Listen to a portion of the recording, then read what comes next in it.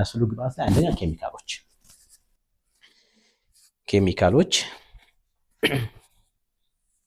ኬሚካሎች ብዙ ናቸው።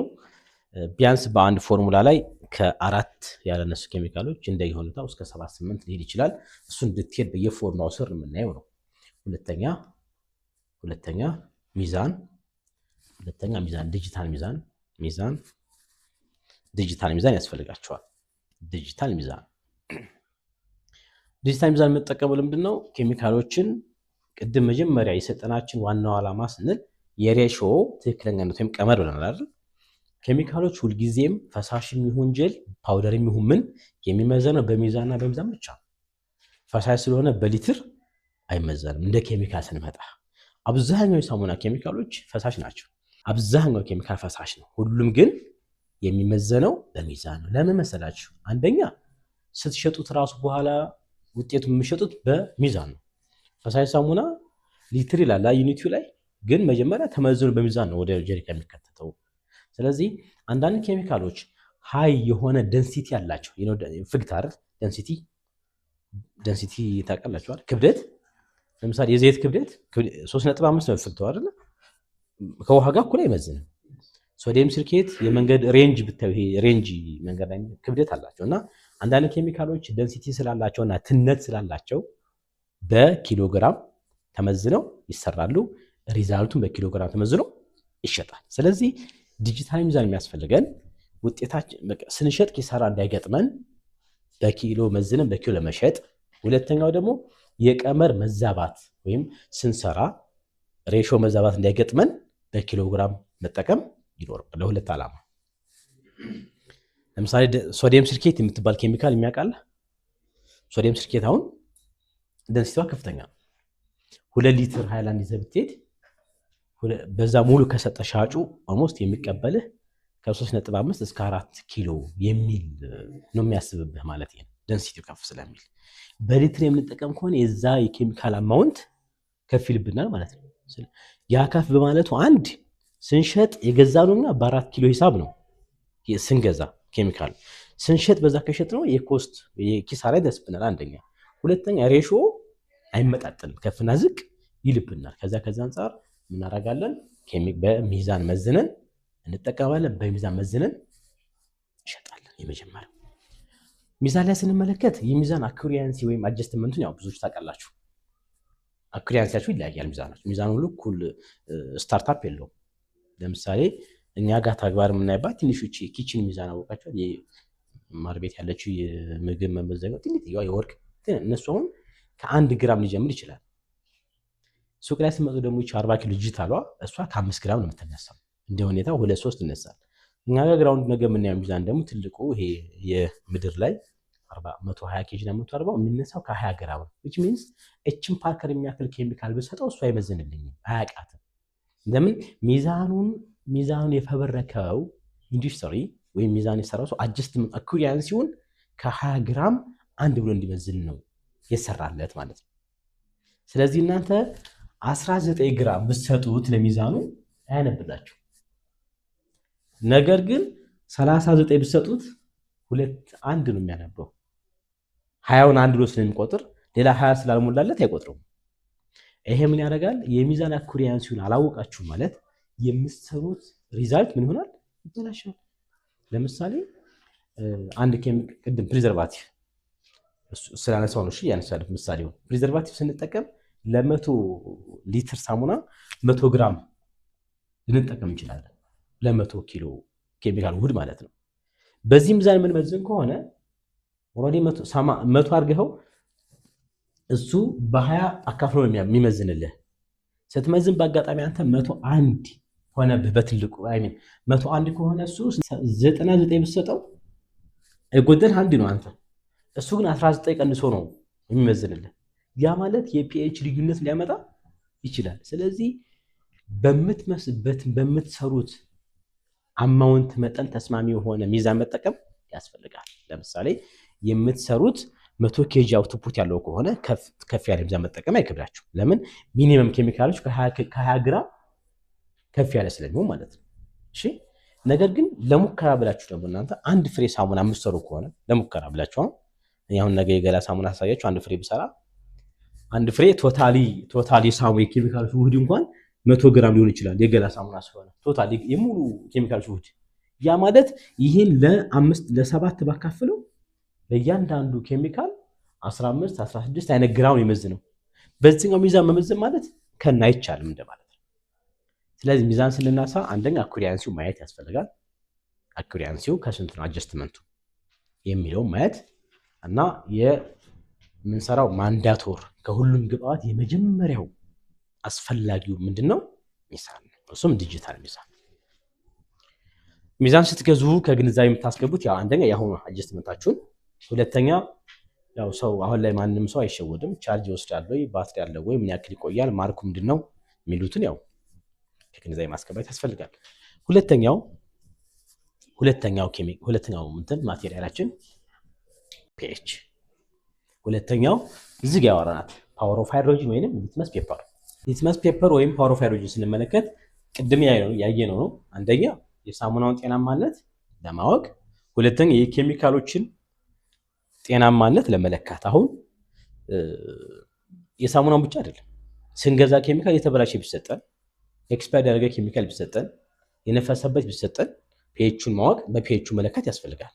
ለምሳሌ ኮስቲክ ሶዳ ፒኤቹ አቆ 14 ነው። ሶዲየም ሃይድሮክሳይድ እሱን አንዱ ኬሚካል ሻጭ የዛሬ ዓመት ረጅም ጊዜ ሆነው ቢሰጥህ ማዳበሪያው ተነስቷል ወይም ጽሁፍ የለውም በምን ትለካለህ? በፒኤቹ ትለካለህ። ፒኤቹ ፐርፌክት ከመጣ ትገዛለህ። ስለዚህ ሊትመስ የሚያስፈልገን የሰራነውን አውትፑቱን ወይም ሪዛልቱን ለመለካት ብቻ ሳይሆን ኬሚካሎቹን ገና ጤናማነታቸውን ለመለካት እንጠቀምበታለን። ሁለት ቢለምድብና አሁን ከዕለት እንቅስቃሴያችን ብንጠቀመው እሱ ጥሩ ነው። ብዙ ጊዜ ሌሎች የምግብ ቤታቸውን ቼክ ያደርጋሉ፣ መጠጣቸውን ቼክ ያደርጋሉ። ስለዚህ ፒኤች በአጠቃላይ የኬሚካል ውጤቶችን ለመለካት እንጠቀመዋለን። ብዙ ጊዜ አቫይላብል የሆነው ጋር ሊትመስ ፔፐር ነች። እኛ ሀገር አሁን አቫይላብሏ ፒኤች በደብዳቤ ምናምን ካሉ ብዙ ጊዜ አይገባም። ሴንሲቲቭ ነው ቢገባም ተሰባሪ ነው፣ ኮስቱ ኤክስፐንስ ነው ምናምን። ስለዚህ ሊትመስ ፔፐር ሁለት እኛ ጋር አሁን ዲጂታል ነበረች፣ ግን ምንድነው አትለካም። ሴንሰር አላትና ይበላሻል ትቶ ነው። ከሱ አንፃር ሊትመስ ፔፐር አቫይላብል ነው። ዋጋ 600 ብር መሰለኝ አንድ ፓክት ማለት ከ100 ቅጠሎች በላይ ትሆናለች። ኮስቲም አይደለም። ሶስተኛ ማሽነሪዎችን ስንመለከት እንደሚሰራውና እንደሚሰራው ግለሰብ አይነት የፈሳሽ የደረቅ ተብሎ ስለሚከፈሉ ለዛ ዓላማ የሚሆኑን ማንኛውም ቱልሶች ይጠቃልላል። ለምሳሌ ሚክሰር ካስፈለገ ሚክሰር ማቀላቀያ ማለት ነው። አሁን እንደ ማሽን ስንመጣ ደረቅ ሳሙና ላይ ለትንሹ 3 የማሽን ክፍሎች ሲበዛ ደግሞ 7 የማሽን ክፍሎች ያስፈልጉናል። ደረቅ ሳሙና ላይ ሚክሰር የመጀመሪያው ሂደት ነው። ሚክሰር ማለት ኬሚካሎች እርስ በርስ እንዲቀላቀሉ የሚያደርግልን አለ። ሁለተኛው ፍሉደር ሚለር ይባላል። ሚለር ማለት መዳመጫ ነው። ሶስተኛው ፍሉደር እያለ ይቀጥላል። አሁን መጀመሪያ ሰዋራ ደረቅ ሳሙና ላይ 2 ማሽን ክፍሎች ነው የጠራሁት፣ ባለ 3 እና ባለ 7። የሁለቱ ልዩነት ብንመለከት ሳሙናችን በጣም ይለያያል። አሁን እሱ 7 የማሽን ክፍል ያለው ማሽን አዟል፣ አንተ ደግሞ 3 ወይም 4 አዛሃል። የሁለታቸው አውትፑት ሲወጣ የሱ ካንተ የተሻለ ሆኖ ይወጣል። ለምን ካልን እሱ የገዛው የማሽን ክፍሎች ለምሳሌ አንተ ጋር 4 ሲባል ሚክሰር፣ ፍሎደር፣ ፓስታ እና ከተር ነው የሚኖረው ማንዳቶሪ ይባላል። እሱ ጋር ደግሞ ሚክሰር አለው፣ ደብል ፍሎደር ይኖረዋል፣ ሚለር ይኖረዋል፣ ከተር ይኖረዋል። ያንተ ሳሙና ከሚክሰር ወጥቶ ሚል ሳይደረግ ወይም ሳይዳመጥ ፓስታ ይደረግና ሳሙና ይሆን ይወጣል። የሱ ደግሞ ከሚክሰር ወጥቶ ሚል ይዳመጣል። የሁለታቸው አውትፑት ቢታይ አንደኛ የሱ ሳሙና በጣም የተዳመጠ ስለሆነ ኮንክሪት ነው፣ ጥንክር ያለ ሳሙና ይወጣል። ኬሚካሉ መጀመሪያ ስለተዳመጠ፣ ሁለተኛ ሻይን ያደርጋል። ላይት አብርታችሁ ብታዩት ሳሙናውን ትራንስፓረንሲ ነው። የሱ ሪፍሌክት ያደርጋል መልሶ ላይቱን በጀርባ ያሳያል። የሱ ግን ጨለማ ነው የሚሆን። ለምን ጥቅጥቅ ያለ ነገር አይኖረውም እና ደግሞ ኬሚካል ተደጋግሞ ስለማይዳመጥ ሻይን አያደርግም ማለት ነው። ስለዚህ ሰው ፓራሜትሩ ላይ ተጽዕኖ አለው ማለት ነው። የሳሙና ጥራት ላይ ምን ላለው ልዩነት አለው። ይሄ እንግዲህ እንደየሰውየው አቅም ይወስናል እና ማርኬቲንግ ስትራቴጂያችን ምንም ሎካል ኤሪያ ላይ ከሆነ የምንሸጠው ወይም ለራሳችን መጠቀም ከሆነ ይሄኛው ማሽን ምንም ግድ አይሰጠንም። ምክንያቱም አረፋ ለውጥ የለውም፣ ንጽህና ላይ ለውጥ የለውም። የሚታይ ላይ ፊዚካል አፒሪያንስ ላይ ግን ለውጥ ስላለው ማለት ነው። አሁን እሱን አሁን ላይ በደንብ አናይም፣ ስናይ በደንብ እናያለን። ስለዚህ የማሽን ክፍልም ለሳሙና ሪዛልት ወይም ለሶፕ ፓራሜቱ ለሳሙና ጥራቱ ትልቅ አስተዋጽኦ አለው። ፈሳሽ ሳሙና ስንመለከት ብዙ ጊዜ ስሎ ሞሽን ነው ፈሳሽ ሳሙና፣ በጣም በስፒድ አይሰራም። ፈሳሽ ሳሙና ላይ በተለምዶ ይሄ ድሪ ላይ የሚሰራ ላይ በሱ ስንሰራ ሳሙናችን የመቅጠን ባህሪ ይኖረዋል፣ የመበጣጠስ ባህሪ ይኖረዋል። ለምን? የአርፒኤሙ የፈሳሽ ሳሙና የዲናሞ ሮቴሽኑ አርፒኤሙ ቢበዛ 100 ነው መሆን ያለበት ፈሳሽ ሳሙና ላይ ቢበዛ 100 ነው። አሁን እኛ ዲናሞቹን የዲናሞ አርፒኤም ስንት ነው የሚያውቅ ስታንዳርዱ 1400 2900 ምናምን አይደል? ያንን እኛ በ47 በ20 ምናምን በግሪ ቦክስ እናስረዋል። አንዴ ሲዞር 47 እንዲመልስ አይነት ነገር ማለት ነው። ይሄ ያው የሜካኒካል ክፍል ነው። ስለዚህ ፈሳሽ ሳሙና ላይ ስሎው ነው መሆን ያለበት። ለምሳሌ ሲኤምሲ የሚባል ኬሚካል የሚያውቅ ሰው ካለ አላውቅም፣ ወይም ሲኤልኤስ ሊሆን ይችላል። ስናዋህደው ቀስ እያለ በተዋህደ ቁጥር የመበታተና ከሌሎች ኬሚካል ጋር የመዋሃድ ባህሪ ሲኖረው በደንብ ሲመታ ደግሞ ብጥስጥስ የማለት ባህሪ ያለው። ስለዚህ ፈሳሽ ሳሙና ማሽን ያላችሁ ወይ እኛ ማሽኑ አጅስ ስለምናደርገው ጥሩ ነው። ማሽን የሌላችሁ ግን በማኑዋል ወይም በድሪል የሚሰራ በድሪል ሪኮመንድ አይደረግም። ቶታሊ በድሪል ትራንስፓረንስ ያልሆነ ለምሳሌ ይሄ ዲፍዲፍ ጭቃ ሳሙና የለም፣ እሱም ብትሰራ በራሱ በፋቲ አሲድ የወፈረ ነው፣ በፎርማሊን ኮንክሪት የተደረገ ነው። አንዴ ከዋጣ ባለበት ይቆማል፣ ምንም ችግር የለው። ግን ትራንስፓረንት ሳሙና የሚታሸግ ሳሙና 2 ዓመት ሊቆይ የሚፈልግ ሳሙና በስፒድ አይሰራም፣ ስሎ ሞሽን መሆን አለበት። ሁለተኛ በጨው መመለስ ማለት የውሃ ይሄ በጨው ሳሙና ማወፈር ማለት የእናቶቻችን ዳቦና የሱቅ ዳቦን እኩል እንደማድረግ ነው። በራሱ አስገድድ ነው ያወፈርከው፣ ውስጡ ባዶ ነው አይደል? አያጠግም የሱቅ ዳቦ። ያኛው ግን ድፎ ያው ድፎ ነው። ሳሙና መወፈር ያለበት በራሱ ፎርሙሌሽን ነው። ተገዶ ግን ሊወፍር ይችላል። ግን ሲቆይ መልሶ ወደ ራሱ ይመለሳል። ለምን? ጨው በባህሪው ምንድነው? ይቀልጣል። ጨው አይደል? ጨው ቀላጭ ነው። የሆነ ጊዜ ሲቆይ ጨው ስለሚቀልጥ ወደ ራሱ ስለሚመለስ እሱ ቴምፖራሪ መፍትሄ ነው። በጨው መዋፈር ጊዜያዊ መፍትሄ ይሆናል። ነገር ተጽዕኖም አለው። ጨው ከበዛ ምን ይሆናል?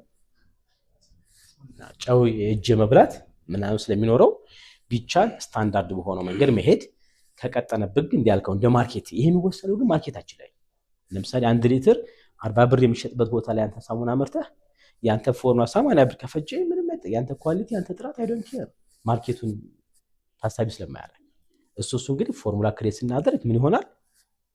ፎርሙላ ሲሰራ አካባቢውን፣ አየር ንብረቱን፣ ከስተመሩን፣ ማህበረሰቡን ምን ያደርጋል? ታሳቢ ሆነ ፎርሙላ መውጣት አለበት። ስለዚህ ማሽነሪ ሲባል እንግዲህ እንደየሱ አቅም ማኑዋልም ሊሆን ይችላል፣ ባልዲ ያካትታል፣ ሚክሰር ያካትታል፣ የእንጨት ማማሰያን ወይም ዲጂታል ማሽን ሊሆን ይችላል። ማሽን በሚለው ስር እንደየሱ አቅምና እንደየሰው ፍላጎት እንደየመስራት አቅሙ በውስጡ ሰብስቦ ይዟል ማለት ነው። እቺ ታይትል የሚያስፈልጉ ኬሚካሎች አንደኛ ውሃ፣ የመጀመሪያው ውሃ። ደረቅ ሳሙና ስናመርት ሪዛልታችን ወይም አውትፑታችን ምንድነው? ደረቅ ነው አይደል? ግን ምንም ደረቅ ሳሙና ብንጠብቅ ምንም ዱቄት ሳሙና ብንጠብቅም ውሃ ግዴታ አስፈላጊ ነው ለሁሉም። ፈሳሽ ሳሙና ያው ያስፈልጋል በሎጂክ ለማቅጠን እንላለን። ግን ደረቅ ሳሙናም የምንፈልገው ምንም ደረቅ ቢሆን ፓውደር ቢሆን ውሃ ያስፈልጋል። ምክንያቱም አንደኛ ኬሚካሎች እርስ በርስ እንዲዋሃዱ ለማድረግ፣ ሁለተኛ ዋጋችንን ለመቀነስ። ምክንያቱም ዋጋችንን የአመረትነው ምርት ሪዛልት ለመቀነስ ነው። ለምሳሌ ውሃ ከ5% እስከ 95% ነው እንደ ኬሚካል ህግ የምንጠቀመው።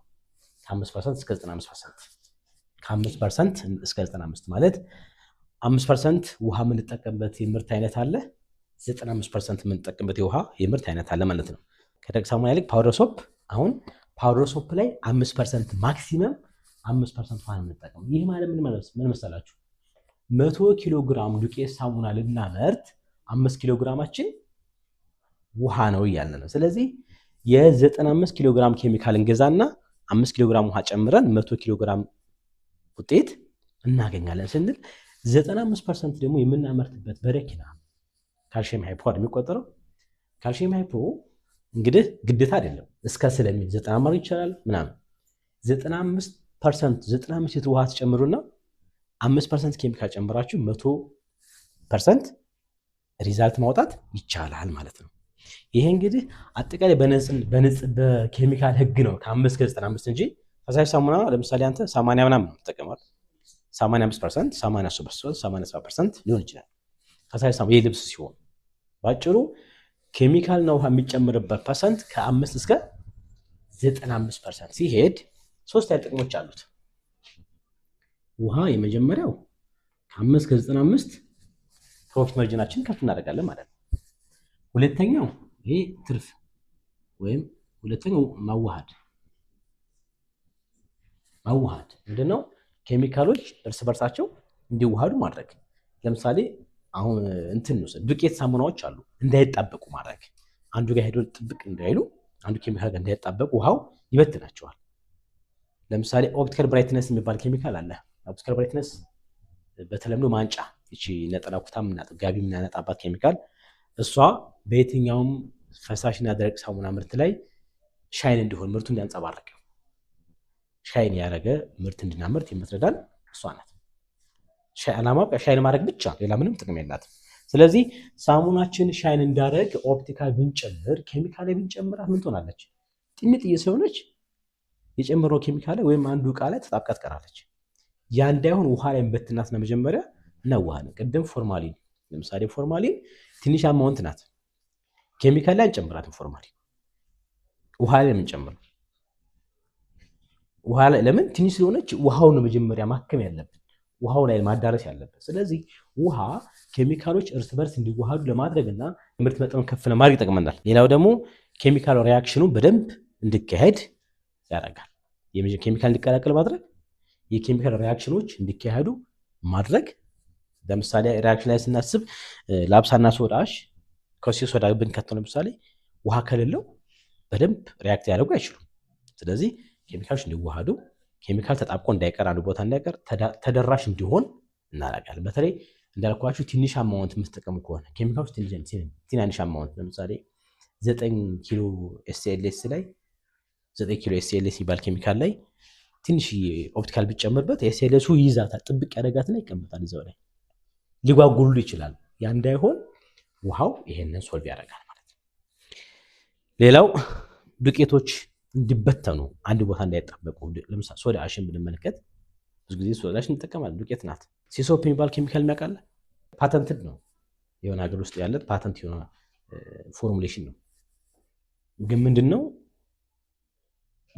ኬሚካሎቹ ተቀላቅለው ላንተ የሚሰጡ ስትቀየን ወሰድና በዚህን ያክል ውሃ በዚህን ያክል ጨው ስራው ነው የምትባለው። ሄደህ አንተ የተባልከውን ፕሮሴስ ተከተህ ሰራህ አመረትክ።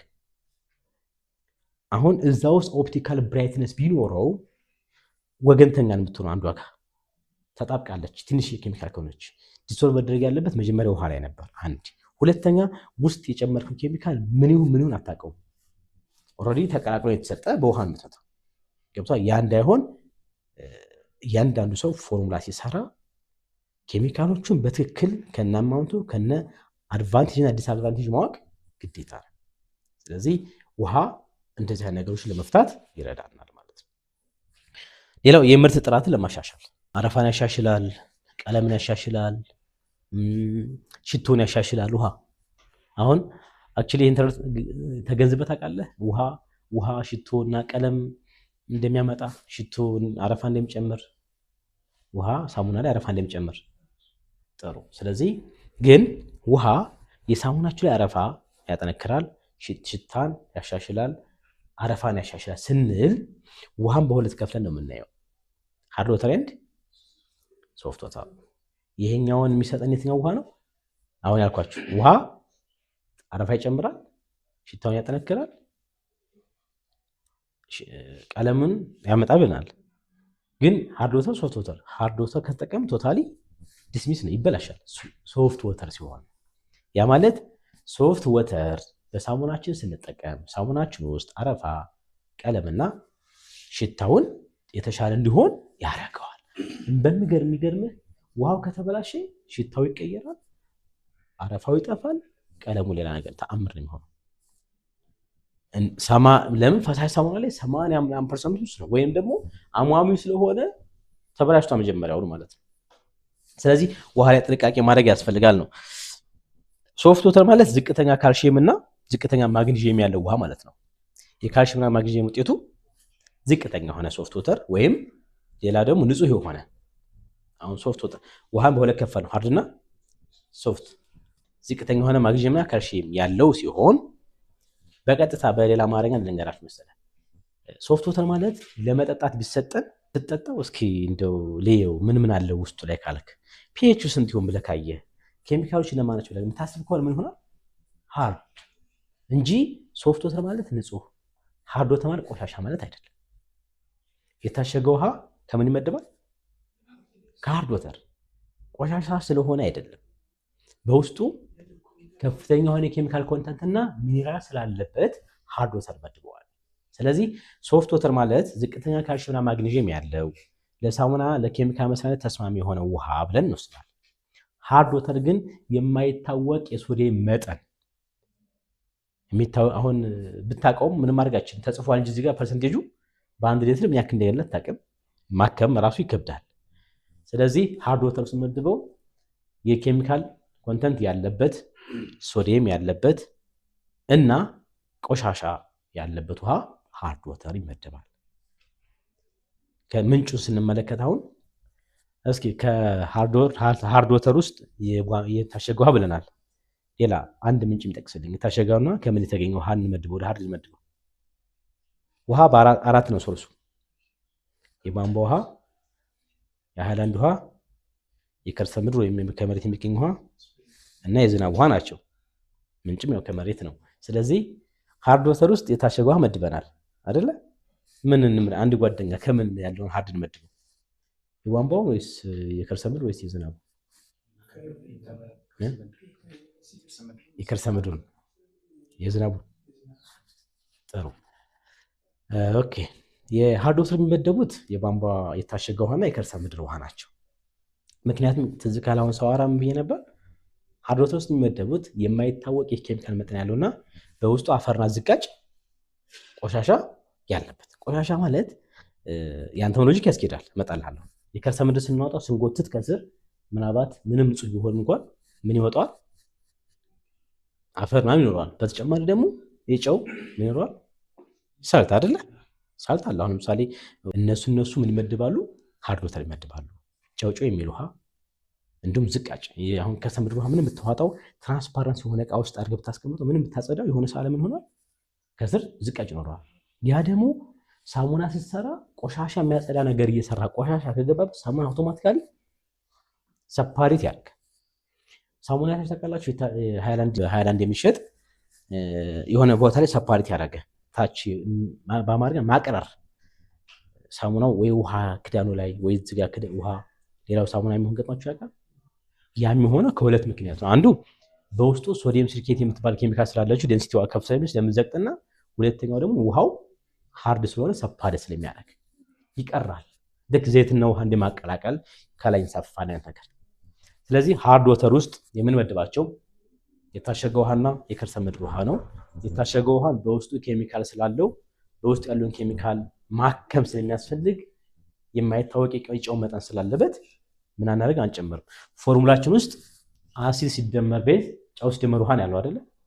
ስለዚህ እሱ በታሸገ ውሃ ቢሰራ ውስጡ ላይ የጨው መጠን ስላለው ጨው ፕላስ ነው የሚሆነው። ልክ እዚህ ጋር ቅድም ኒውትራል አሲድ ፕላስ እንዳልነው በታሸገ ውሃ ከሰራን አሲድ ጨምሯል፣ ቤዝ ጨምሯል፣ ሳልት ጨምሯል፣ ውሃ ጨምሯል። እንደገና ውሃ ውስጥ እናገኘዋለን ተጨማሪ ሳልት ስለሚያገኝ ሳልት ፕላስ ይሆናል። ከዚህ የተነሳ የታሸገ ውሃ ምን ይሆናል? ሃርድ ወተር ይመደባል። የከርሰ ምድር ውሃም ቆሻሻና ዝቃጭ ስለሚኖረው ሳሙናችን ያለ ሌየር ስለሚፈጥር አይቻልም። ግን ከሌለንስ አማራጭ ከሌለን ብለን ያው መፍትሄ የለው ነገር የለም። አማራጭ ከሌለን ማለት ግቢ ውስጥ የከርሰ ምድር ውሃ አይደለም በደንብ ለቧንቧ መክፈል አንፈልግም፣ ወይም ለቧንቧ ሩቅ ቦታ ላይ ያለው ያንን መጠቀም እንችላለን። ምን አድርገን? ውሃውን በማከም ውሃ ትሪትመንት የሚያገለግሉ እነ ፎርማሊን፣ ኤስቲቲፒ፣ ኢዲቲኤ የሚባሉ ኬሚካሎች አሉ። ውሃን ለማከም ጥቅም ላይ የሚውሉ ያን ወደ ሃርድነሱ ወደ ሶፍት የሚቀይሩ አሉ። እነሱን በመጠቀም እናደርጋለን መጠቀም እንችላለን። ይሄን አሁን የኬሚካሉን ስም ስንደርስበት እናወራለን። እሺ ኤስቲቲፒ ስናወራ ስለሱ ጥቅሙ ስለምናወራ ብዙ አትጻፉት ችግር። ስለዚህ ሃርድ ወተር ይሄ ነው። ግልጽ ነው። ሶፍት ወተር ስንመጣ ሁለት ነው ምንጫችን አሁን የቧንቧ ውሃና የዝናብ ውሃ። የወንድሜ ጥያቄ ወይም ሃርድ ወተር ያለበት ያስኬደዋል። ሶፍት አሁን የዝናብ ውሃ እንደ ሳይንስ ሶፍት ወተር ነው እንደ ሳይንስ፣ ግን እንደ ይበከላል ብለን ስለምናስብና አሸንዳችን ላይ ንጹህ የሆነ ብረት ዝገት ይሆናል ብለን ስለሚታሰብ አንጠቀመውም። ሃርድ ወተሩ ሲመደባል ነው፣ ግን እንደ ሳይንስ አይደለም። እንዳጠቃቀም ግን ሃርድ ወተር ሶፍት ወተር ሃርድ ወተር ነው። ለምሳሌ የዝናብ ውሃ ካያችሁ ቀጭን ነው አይደል? ልብስ ካጠባችሁበት ይምለጨለጫችኋል አይደለ? ያ ሚኔራል እንዳለው የሚያሳየው። ያ ማለት ግን እስኪወርድ ይበከላል። የፕሮዳክት ጥንካሬውን ይቀንሰዋል፣ የምርት ጥንካሬ ይቀንሳል። ግልጽ ነኝ? ያ ማለት በረኪና ብናመርተው ጥሩ ነው። ለምን? በረኪና ውፍረት የለውም አይደል? ውፍረት የለውም፣ ቀለም የለውም አይደል? ስለዚህ የዝናብ ውሃ ብንጠቀም ቀጭን ነው የሚያደርገው ካልን በረኪና በራሱ ቀጭን ስለሆነ ጥሩ ነው፣ ችግር የለውም። ግን የልብስ ሳሙና ብንጠቀም ስለሚያቀጥንብን፣ ቅጥነት ደግሞ አንዱ የጥራት መለኪያ ስለሆነ መጠቀም አይኖርብን። ግልጽ ነኝ? ሌላው ደግሞ ዲስቲልድ ወይም ይሄ የተጣራ ዋተር የሚባል አለ። የተጣራ ውሃ ማለት በሙቀት ወይም በሌላ የተጣራ፣ እሱ ብዙ ጊዜ ለኮስሞቲክስ ነው የምንጠቀመው። ለምሳሌ የኔን ቪዲዮ ያያችሁ ከሆነ ኢታኖል ሰርተን ነበር። ኢታኖል ማለት ተለኩሶ የሚነደው ከስንዴ ወይንም እኔ ሰራው ከእንትን ነው ከዳቦ እርሾ። ዲስቲልድ ወተር ማለት ዝም ብለህ ውሃውን ታጣራዋለህ በእንፋሎት። የተጣራው ውሃ ዲስቲልድ ነው። ስለዚህ ከየትኛውም ኬሚካል ጋር በቀላሉ ይዋሃዳል። ለምሳሌ ዘይት ጋር ይቀላቀልም ውሃ በቀላሉ፣ ሌላ ማቀላቀያ ትፈልጋለህ። ለምሳሌ ላብሳን ከታለናል፣ ደረቅ ሳሙና ስንሰራ እንቀላቀልልን። ዲስቲልድ ወተር ማለት ግን የተጣራ ውሃ ነው። እሱ በጣም ውድ ነው። አክቹሊ አንድ ስንት መሰላችሁ? 5 ኪሎ ግራም በረዶ 4 የዳቦ እርሾ 10 ሊትር ውሃ ተጠቅሜ ያገኘሁት 2 ሊትር አይሆንም፣ ያጠራ ነው። ስለዚህ እሱ ኮስቲ ነው። ያው እንደ ውሃ ታይፕ አለ ነው እንጂ ለኛ እንጠቀመው። እኛ የምንጠቀመው ሶፍት ወተር የምትባለው ብቻ ነው የምንጠቀመው። ስለዚህ ውድ ነው፣ እሱን አናገኝም፣ ጊዜ ይፈጅብናል። እንግዲህ ውሃ እንደው አጥር ሲል ምን ይመስላል? እንደ ስማችን ንጹህ ነው ስራችን መንሃት